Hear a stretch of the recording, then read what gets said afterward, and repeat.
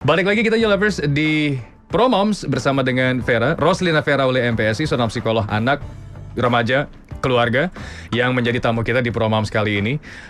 Ver, tentang keluarga yang diterapkan oleh seorang Vera bersama dengan sang suami, bagi tugas atau bagi peran? Nah, itu beda loh. Beda banget. Beda kan? banget. Antara beda bagi banget. peran dengan bagi tugas. Karena kalau peran harus tetap tiap orang memainkan perannya masing-masing. Oke. Setuju, oke. Jadi bahwa suami perannya sebagai suami, sebagai breadwinner utama, istri adalah sebagai tadi pusatnya emosi di rumah. Ya. Jadi peran istri adalah membuat emosinya sejahtera dan bahagia. Oke. Peran suami adalah membantu istrinya sejahtera dan bahagia.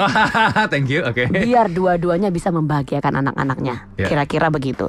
Dan itu gak gampang. Dengan gue yang pecicilan begini, ternyata gue gak suka di rumah, Rif. Iya. Gue Ya. gak bayang kalau di rumah Jadi, 12 jam diam. Waktu terlama gue di rumah itu 2 minggu. Yang ini setelah melahirkan. Oke. Jadi setelah 2 minggu gue akan semriwing, akan pusing dan jadi negatif aura, negatif emotion itu banyak sekali. Keluar. Jadi setelah 2 minggu di rumah gue harus keluar. Itu harga yang paling yang udah gue coba paling maksimum bisa di rumah tuh 2 minggu. Jadi akhirnya suami gue dari awal kita menikah dulu, jadi kita bicarainnya banyak, Rif, pada saat menikah. Lo ambil bikin perjanjian gitu emang? Perjanjian pernikahnya kita nggak bikin, meskipun keluarga waktu itu mendorong ya. Jadi keluarga suami waktu itu mendorong karena mereka ada aset anunya gitu ya. Gue nggak ngomong prenup ya, tapi perjanjian antar jadi aja kalau gitu. perjanjian antar kita berdua, kalau prenupnya enggak, yang secara legal. Ya, Akhirnya prenupnya kan enggak. ya, karena masing-masing ternyata enggak lah ya gitu. Ya. Karena tiba-tiba gue mau punya banyak list juga gitu loh. Nah, jadi di antara kita berdua adalah yang pertama, siapa yang akan jadi breadwinner? Ini Oke. orang nggak pernah ngomongin sih waktu pacaran, kenapa sih nggak malu ngomongin tentang nilai, uang, tugas dan peran, padahal ini penting sekali. Jadi kita udah bagi-bagi di situ. Pada saat itu kita udah bicarakan bahwa oke, breadwinner itu suami, tapi istri boleh kerjakan ya, gitu. Itu yang harga mati banget buat gue adalah gue boleh kerja ya, Istri boleh boleh kerja, berkarir, ya, boleh bekerja dan berkarir. Oke. Jadi dua-duanya ternyata boleh. Yang kedua yang kita bicarakan adalah seandainya kita nanti nggak punya anak, nggak dapat anak. Oh, sampai sedalam itu? Exactly, karena banyak sekali orang-orang yang bubar ya dalam konseling-konselingku yang di Rumah Sakit Pondok Indah dan lain-lain gitu ya. Salah satunya itu. Salah satunya adalah, nah jadi akhirnya kita bicarakan kalau enggak kita bisa adopsi anak. Ya kalau ternyata suami gue agak berat waktu itu untuk adopsi anak. Waktu dia jadi calon suami. Dia bilang mendingan berdua aja deh. Maksudnya dua is okay. Menurut gue sih adopsi is okay, tapi dia maunya dinky, double income no kids. Dinky. nah akhirnya oke. Nah itu yang kedua yang kita bicarakan. Yang ketiga adalah tentang pengasuhan anak. Dua-duanya mau terlibat. Jadi roles-nya suami sebagai husband, sebagai laki-laki itu harus dilihat oleh anak. Istri juga demikian. Itu di awal ngobrol-ngobrol. Dalam perjalanan ya, dua-duanya sama-sama sibuk. Dia sering keluar kota, gue juga sering keluar kota. Keluar kotanya kadang-kadang di hari bersamaan terpaksa kita ngalah-ngalahan. Maksudnya, tapi ini udah kontrak. Kalau aku kan pakai kontrak ya, kerjanya dengan produk-produk. Kalau dia kan gak pakai kontrak, oke, dia mundur. Berarti begitu aku pulang ke Jakarta, dia yang pergi dari Jakarta gitu. Jadi ada kondisi-kondisi yang memang cukup berat ya. Ternyata untuk we have no time. Jadi hampir kemarin gue sempet nge-tweet sih, kita diskusi bareng dan we have no time for love kadang-kadang. Karena udah exaggerate banget untuk kerjaan masing-masing, ke anak, tiba-tiba kita berdua kapan ini? Padahal kita udah mengusahakan loh. Our time-nya kapan? Ya, jadi pada saat berdua punya anak satu itu masih mudah untuk bisa kencan bareng di malam-malam hari, pergi kemana gitu berdua. Sekarang udah 2 bulan kita nggak pernah kencan bareng. ya susah untuk nyuri waktu tempat tidur aja tuh udah susah banget gitu loh ya. Padahal ini penting banget, ini esensial, this is esensial. Jadi itu dia, nggak semudah yang dibayangkan, nggak semudah yang diobrolkan semula. Tapi porsinya berarti apa? Peran kan yang lebih besar? Nah jadi semua menjalankan peran masing-masing. Ya, peran harus jalan masing-masing. Tapi kalau berbagi tanggung jawab kadang-kadang, nah itu dia. Jadi berbagi tanggung jawab kadang-kadang ada nih yang gue minta tolong dari suami gue gitu loh ya. Terutama untuk hal-hal kontrak, keuangan dan segala macam, karena ternyata gue buta tentang angka ya. Dia jago. Dia handal sekali. Jadi tentang pengelolaan keuangan dan lain-lain. For your info, jadi waktu gue masih lajang, berapapun pendapatan yang gue punya itu langsung hilang. Saya masuk sekian puluh ke rekening, sekian puluh itu langsung berubah jadi tas gitu. Iya, iya. Jadi rekening monggo Mbak. Monggo Mbak, silakan sas. Itu sebelum menikah, tapi dia ngeri loh lihat saya gini, berubah jadi baju, ting gitu, Iya, iya. baju pesta gitu misalnya. Itu sebelum menikah, ya. Dia ngeri loh. Jadi salah satu kendala dia untuk menikah gue cuma satu, ngeri loh bisa bangkrut nih kayaknya kalau menikah sama perempuan ini. Ini dari tadi kita udah ngobrol-ngobrol tadi. Sorry kalau gue potong. Dari tadi kita ngobrol bahwa sebenarnya believe it or not, percaya atau enggak, suka enggak suka, bahwa yang namanya UUD ini ujung-ujungnya duit itu menjadi salah satu hal yang utama dalam menjalani kehidupan ini ya. Berarti kalau kayak gitu. Betul, meskipun bukan yang paling penting, namun segala sesuatu yang penting itu butuh uang, ya. Ya, betul. Untuk menjalankannya gitu. Kayak misalnya gini, kita permainan kata bolak-balik aja. Uang itu bukan segalanya. Sayangnya segalanya butuh uang. Butuh uang. Iya kan? Betul. Kita permainan kata Nggak bolak-balik usah aja. dibohongin gitu kan. Betul. Meski banyak sekali yang ngomong bahwa kehidupan gue nanti buat akhirat. Betul, I do believe that. Tapi kalau kita bolak-balik kitab manapun gitu, salah satunya ya kitab suci gue sendiri ya, Al-Quran misalnya, berkali-kali diulang-ulangin bahwa orang-orang yang berserah diri, orang-orang yang beriman itu salah satunya bersedekah gitu. Ya, bersedekah, betul. Ya, Gimana mau bersedekah, gimana mau naik haji kalau nggak ada yang mau disedekahkan gitu. Iya, bener. That's common sense kan? Itu common sense aja gitu, bener-bener akal sehat. Nah, gue pengen tanya gini, lo sebagai seorang psikolog untuk yang keluarga, anak, remaja, kemudian keluarga juga sudah. Keuangan ini ada merambah ke sana juga nggak sedikit? Tapi dilihat dari sudut pandang psikologi gitu. Betul, jadi gini Rif, ini agak mendalam sih memang ngobrolnya ya. Karena tadinya, jadi gue melihat bahwa ada orang-orang kok bisa sangat tertib seperti suamiku itu ya. Ya pendapatannya itu, jadi beli baju itu dalam sekian tahun belum tentu sekali loh. Ya. Jadi baju-baju yang dia punya itu adalah hadiah dari saya, dariku gitu. Sayanya pakai bold italic dan ditekan Iya. lagi, saya gitu. Jadi beli sepatu dia nggak pernah. Terus masa gue yang mesti Iya. kasih hadiah sepatu surprise Iya. gitu. Kadang-kadang kegedean itunya boleh ditukar di Boleh toko tukar, kan. iya, Nah, tukar. jadi kira-kira begitu. Nah, dia sangat hemat sekali tentang hidupnya dan mampu mencapai banyak hal gitu loh dengan hemat tadi. Nah, sementara gue mental miskin ya, karena gue menyebut mental miskin karena tadi berapapun pendapatannya, jadi ini bukan ngomong pendapatan sebetulnya ya, selalu berujung dengan hilang uangnya kalau nggak berutang. Utang itu utang minimum, utang kartu kredit misalnya. Oh, itu mentalnya ke sana arahnya. Itu mental miskin iya, mental namanya. miskin. Sementara kalau mereka yang mental kaya adalah mereka yang mampu melihat bahwa dirinya itu sudah lebih dari cukup. Berapapun pendapatannya dia lebih dari cukup, sehingga karena dia merasa cukup, merasa lebih, dia mampu menyiapkan di spot yang utama adalah porsi yang utama adalah untuk disimpan dan dikembangkan kembali, diinvestasikan namanya. Nah, itu adalah orang-orang yang merasa kaya. Jadi kaya itu setelah gue pelajari kembali ada kayak subjektif, ada kayak objektif. Kayak subjektif adalah tadi penghayatan bahwa kita udah lebih dari cukup ya. Makanya mampu nyimpen, mampu ngasih ke orang dalam bentuk sumbangan dan sedekah. Nah, kemudian kayak objektif yang mana? Itulah kriteria yang dimiliki oleh dunia bahwa pendapatan pengeluaran 2 sampai 4 dolar itu adalah misalnya di bawah rata-rata di bawah gitu misalnya. 4 sampai 20 itu adalah orang kebanyakan. 20 sampai ke atas, yang 20 ke atas pengeluarannya 20 dolar per orang. Ke atas itu adalah yang menengah atas ya, nanti di atas dan seterusnya. Jadi ada ketentuan-ketentuannya yang secara objektif.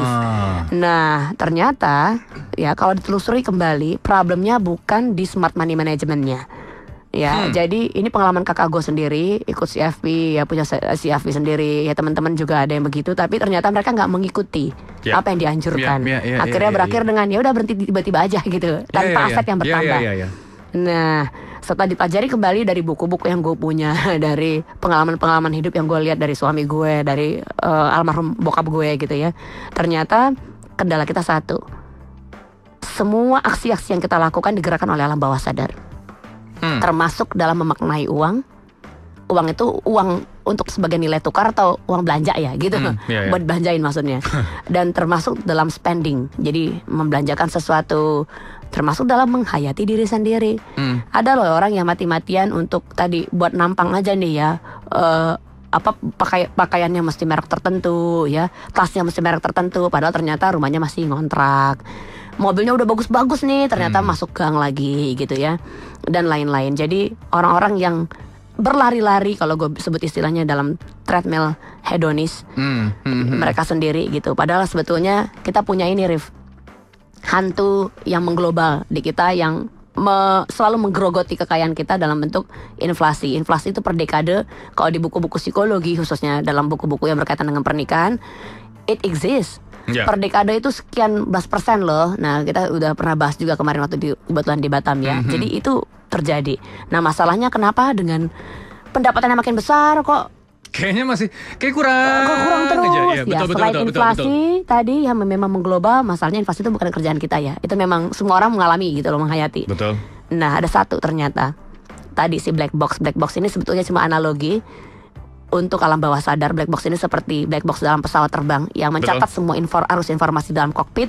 Alam bawah sadar yang mencatat semua pengalaman hidup kita, dialah yang menggerakkan tentang bagaimana kita mampu nanti bermental kaya atau bermental miskin. Dan itu yang nanti gue rumuskan dalam buku gue terbaru gitu. Oke, nah di buku ini judulnya apa berarti? Ini dirumuskan dalam buku dan orang bisa baca semua tentang mental kaya versus dan mental miskin gitu itu. Ya. Namanya Discovering Your Black Box. Jadi discovering maksudnya kita udah paham sebetulnya ada black box kita dan udah paham siapa yang bikin kita kok nggak mampu hemat, kok maunya boros, kok maunya nampang begini gitu dan seterusnya.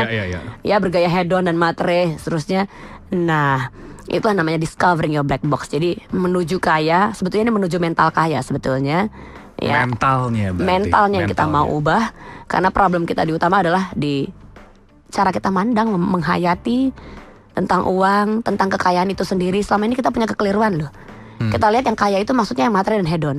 Materi itu padahal sebetulnya hanya berorientasi pada materi. Dan hedon bergaya hidup mewah. Mereka itu adalah yang menghabiskan kekayaan justru. Jadi yang bisa bergaya matre dan bergaya hedon itu bukan orang-orang kaya sesungguhnya. Yang orang kaya sesungguhnya yang mampu menghasilkan kekayaan adalah orang-orang yang justru hidup dalam kesederhanaan. Oke, berarti orang yang bermental kaya adalah orang yang mampu hidup dalam kesederhanaan. Itu kata-kata kunci dari buku ini sebetulnya. Karena orientasinya bukan lagi untuk diri sendiri, tapi yang lebih luas lagi untuk anak dan keturunannya gitu loh, dan komunitas di sekitarnya yang butuh dibantu dan lain-lain. Jadi karena dia merasa punya lebih gitu. Ya. Ini buku udah diterbitkan per 1 September kemarin udah ada, Rif sebetulnya. Terima kasih banget. Dan sampai sekarang responsnya bagus, alhamdulillah. Ya, yang udah baca merasa bahwa Mbak, ini kayaknya dibutuhkan di Indonesia deh. Banyak banget kita yang suka tampil hedon, matre, ya. Anak-anak orang kaya memang begitu, ya. Seolah-olah loh, padahal ngumpulin bapaknya tadi. Jangan sampai keliru loh melihat siapa yang bermental kaya di sini dan yang dimaksud sebagai orang yang kaya dalam buku ini. Jadi nggak usah keburu sinikal dulu. Beberapa orang sinikal memang tentang kekayaan, karena tadi seolah-olah nggak bakal mampu mencapai ke sana, ya. Atau tadi keliru menerjemahkan bahwa kaya itu harusnya matre dan hedon, padahal enggak. Ya. Yang sebetulnya gini di buku ini juga makanya ada yang dikatakan tadi bahwa hanya mereka yang bermental kaya mampu hidup dalam kesederhanaan. Sebetulnya awalnya itu adalah ngelihatnya gini, pengalaman tadi kan juga karena ada pengalaman pribadi dari suami terus sama kakak juga segala sesuatunya gitu. What are you trying to achieve sih sebenarnya, Fer, dari buku ini juga? Oke. Satu, sejak gue jadi psikolog yang nggak pernah berubah, ingin mensejahterakan secara emosional, secara psikologis orang-orang di sekitar gue. Udah itu aja. Amin.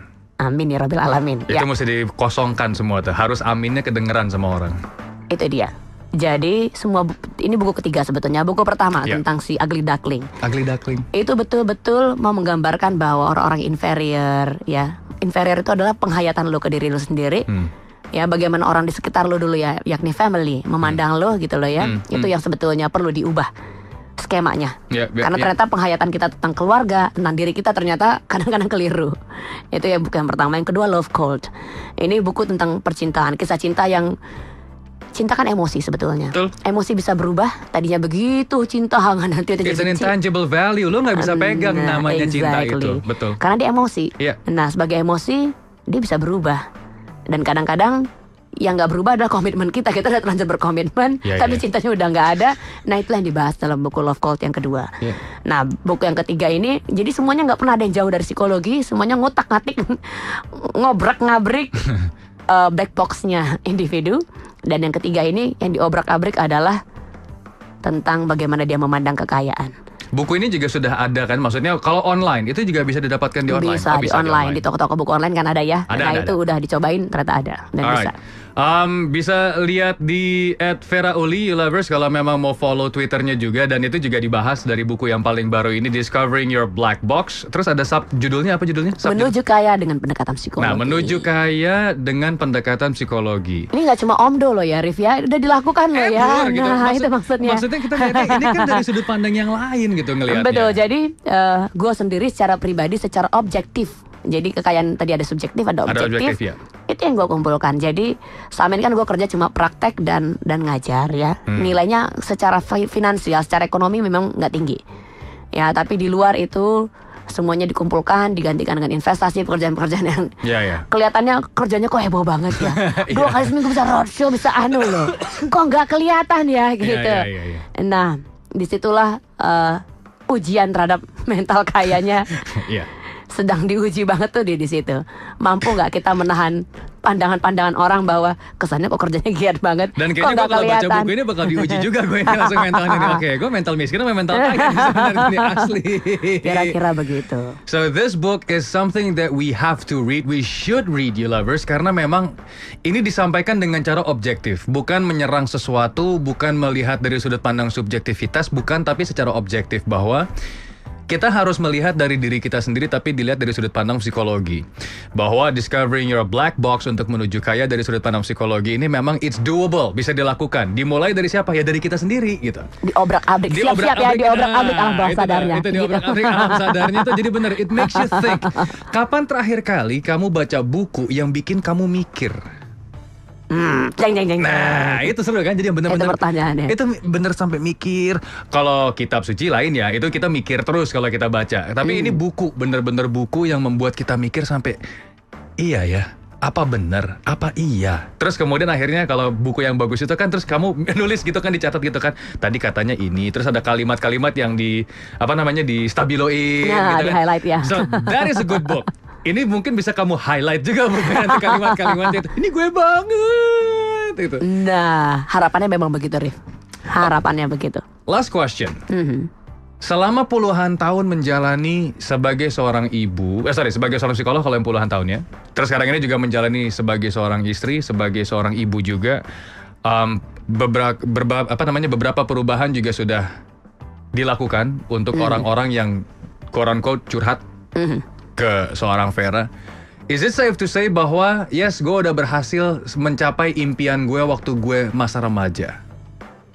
Udah safe belum untuk ngomong seperti itu? Justru ini baru permulaan, Rif. Seriously? Ini baru pintu menuju tadi cita-cita yang tadi gue maksudkan, menyentuh individu-individu sekitar gue ya, biar sejahtera secara emosional. Jadi dari semua ini nanti gerbangnya adalah ingin berbagi.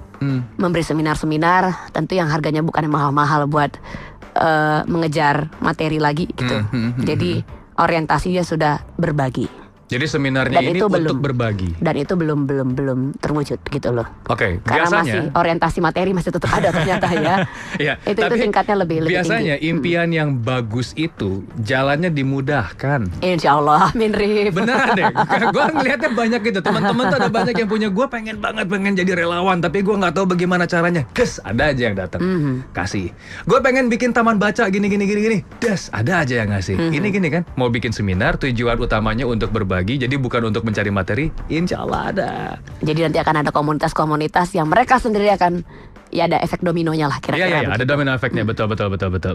So Fer, thank you very much ya. Sama-sama, sudah hadir. Arif Tirta Sudiro. I had a great time talking to you, seorang Roslina VeraUli, beneran deh. Sama-sama. So mudah-mudahan impiannya semua yang bagus itu dimudahkan. Amin. Jalannya Amin. dilancarkan, terus dikasih kekuatan juga untuk menjalankan itu semua.